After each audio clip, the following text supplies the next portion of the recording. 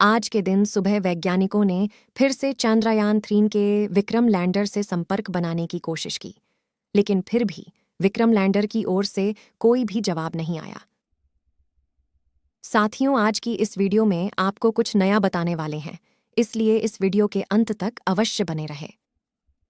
4 सितंबर के दिन चांद पर घनी रात होने से पहले पहले इसरो ने चंद्रयान 3 के लैंडर विक्रम और रोवर इसरो ने चंद्रयान 3 कैलेंडर विक्रम और रोवर प्रज्ञान को गहरी नींद में सुला दिया था और यह उम्मीद दिखाई थी कि 22 सितंबर के दिन चंद्रमा के दक्षिणी ध्रुव पर जैसे ही सूर्य उदय होगा तभी विक्रम और प्रज्ञान फिर से जान सकते हैं।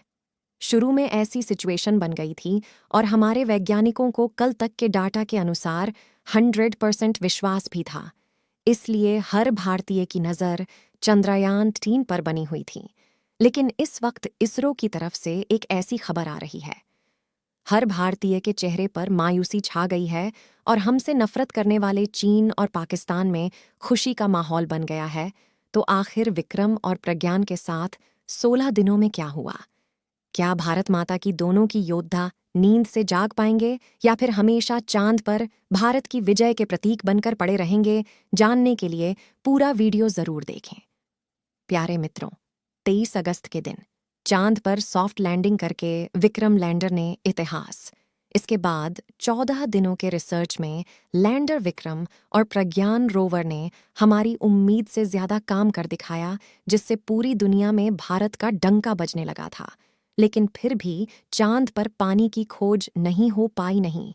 इसी बीच के इसरो के वैज्ञानिकों के दिमाग में एक आइडिया आया और उन्होंने देशवासियों के सामने यह उम्मीद दिखाई थी कि 4 सितंबर को चांद पर रात होने से पहले हम विक्रम और प्रज्ञान को सुला तो जरूर देंगे।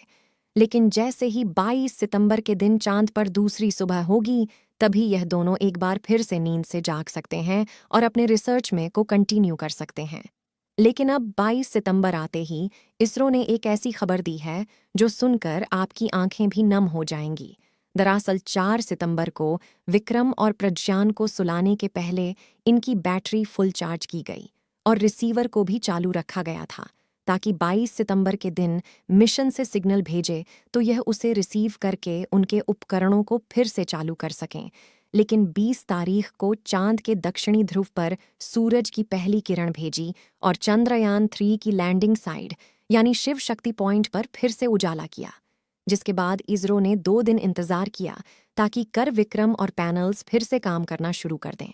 और 22 सितंबर की सुबह इसरो ने सूरज को पहली किरण भेजा गया, लेकिन विक्रम की तरफ से कोई रिप्लाई नहीं आया। तो चांद पर पहले सन्नाटे को देखकर इशारों की हेड ऑफिस में हड़बड़ी मच गई और सभी वैज्ञानिक सन्न में पड़ गए कि आखिर विक्रम को हुआ क्या है, और उससे संपर्क साधने की प्रयास करने लगे। इसके लिए फिर एक बार चांद की कक्षा में घूम रहे प्रोपल्शन मॉड्यूल के जरिए विक्रम को सिग्नल भेजा गया, लेकिन इस बार भी कोई जवाब नहीं आया। फिर तीसरी बार की परिक्रमा कर रहे चंद्रयान 2 के ऑर्बिटर के जरिए सिग्नल भेजा गया। इस बार भी कोई रिप्लाई नहीं आया है। इसी तरह इसरो के वैज्ञानिक बार बार प्रज्ञान रोवर और विक्रम लैंडर से संपर्क साधने की कोशिश करते रहे, लेकिन चांद पर सन्नाटा छाया हुआ था। साथियों, यह देखकर इसरो के वैज्ञानिक मायूस होकर देशवासियों को यह पूरी जानकारी ट्वीट कर उन्होंने लिखा है कि विक्रम लैंडर और प्रज्ञान रोवर के साथ संचार स्थापित करने के प्रयास किए गए हैं ताकि उनकी जागने की स्थिति का पता लगाया जा सके, मगर फिलहाल उनकी ओर से कोई संकेत नहीं मिले। हालांकि संपर्क स्थापित करने के प्रयास जारी रहेंगे। ऐसा हो सकता है कि प्रज्ञान और विक्रम के उपकरण चालू होने की कंडीशन में हो, लेकिन हमारा सिग्नल उन तक नहीं पहुंच रहा है।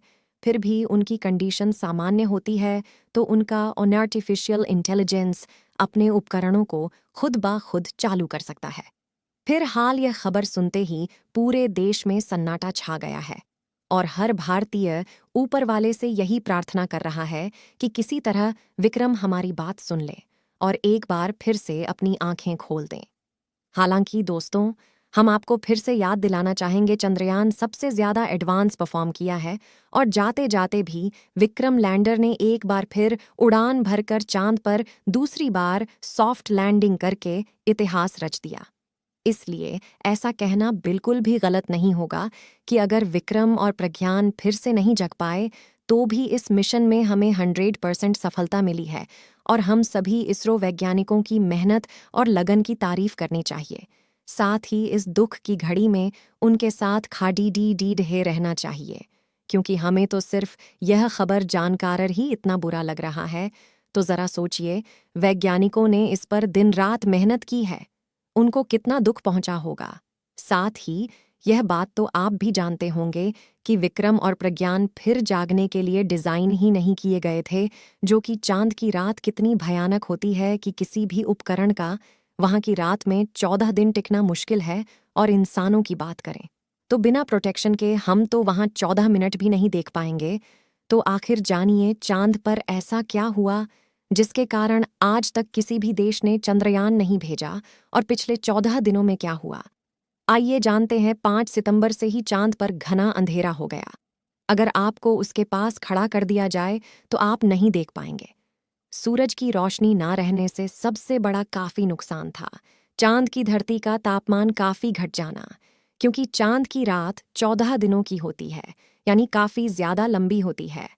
इतने दिनों में वहां का तापमान लगभग 250 डिग्री सेल्सियस के करीब पहुंच जाता है, और इतने दिन चांद पर टिक पाना नामुमकिन होता है।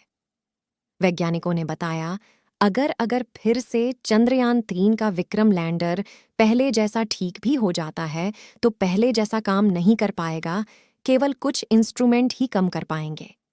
फिर भी वैज्ञानिकों ने जानकारी देते हुए बताया कि जब तक चांद पर सूरज निकला रहेगा तब तक चंद्रयान 3 के विक्रम लैंडर को सिग्नल भेजकर जगाने का प्रयास करते रहेंगे।